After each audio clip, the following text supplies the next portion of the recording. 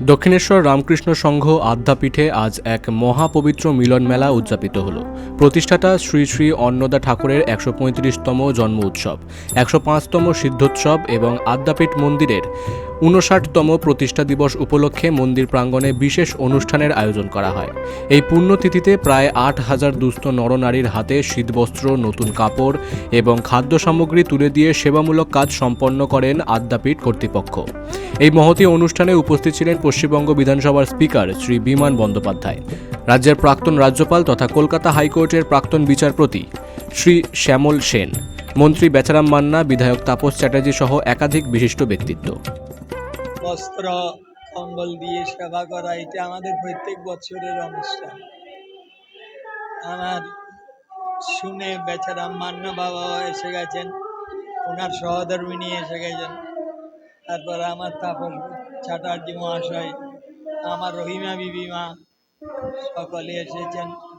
এখন স্পিকার আর জাস্টিসও পৌঁছবেন, শ্যামল সেন, ওদের জন্য একটু ওয়েট করবো অন দ্য ওয়ে। ওই জন্যই আজ বিশ্বভাতৃত্বের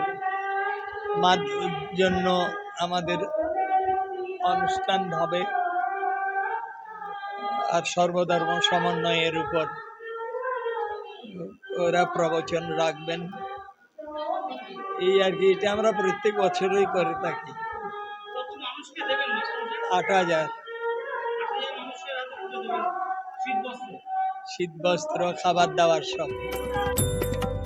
অনুষ্ঠান শেষে সংবাদ মাধ্যমের মুখোমুখি হয়ে প্রাক্তন রাজ্যপাল শ্যামল সেন বলেন, আদ্যাপীঠের এই সেবামূলক ঐতিহ্য দীর্ঘদিনের। বললাম, মুরাল ভাই সবসময় বলতেন যে স্বামীজি বলেছেন, they only live who live for others. যারা অন্যের জন্য কাজ করছে তারাই সত্যিকারের বেঁচে আছে, আর যারা নিজেকে নিয়ে ব্যস্ত তারা কিছু। সেই জন্যে মুরাল ভাই সবসময় এই গরিব মানুষের জন্য ওর প্রাণ কাঁদে। আর এই প্রসঙ্গে বলি যে আমাদের দেশ বলছে অনেক বড় হয়ে গেছে, কিন্তু এত লোক দেখুন তাদের কি অবস্থা।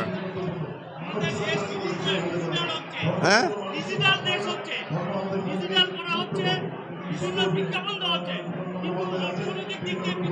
আমাদের দেশ কত জাপানকে হারিয়ে দিয়েছে বলছে, এত টপ পজিশন, তাদের এত লোক অনেকের তো কোনো শেল্টারই নেই। অন্যদিকে বিধানসভার স্পিকার বিমান বন্দ্যোপাধ্যায় তার বক্তব্যে জানান, আজকের এই পবিত্র তিথিতে হাজার হাজার মানুষের মুখে হাসি ফোটানোর এই উদ্যোগ সত্যি প্রশংসনীয়। এটা অসাধারণ ব্যাপার একটা, শুধু এই বছর না, আগের বছর ওরা করেছেন। প্রত্যেক বছর মুরাল ভাই তিনি যেখানে এই আয়োজনটা করেন, এবং আমি মুরাল ভাই এবং যারা আমাদের এই সংস্থার যারা কর্তৃপক্ষ রয়েছে তাদের সবাইকে ধন্যবাদ জানাই। এত সুন্দর পরিবেশে এত সুন্দরভাবে একটা অনুষ্ঠান উদযাপন করার যে চেষ্টা করা, এটা অসাধারণ। সবার আমি সুস্বাস্থ্য কামনা করি, সবাই ভালো থাকবেন, এটাই আদ্যা মায়ের কাছে প্রার্থনা। পূজা অর্চনা, হোমযজ্ঞ এবং আর্ত মানুষের সেবার মধ্য দিয়ে এই দিন আদ্যাপীঠ মন্দির প্রাঙ্গণে এক আধ্যাত্মিক পরিবেশের সৃষ্টি হয়। কলকাতা থেকে মনোজ দাসের রিপোর্ট, বিগ নিউজ বাংলা।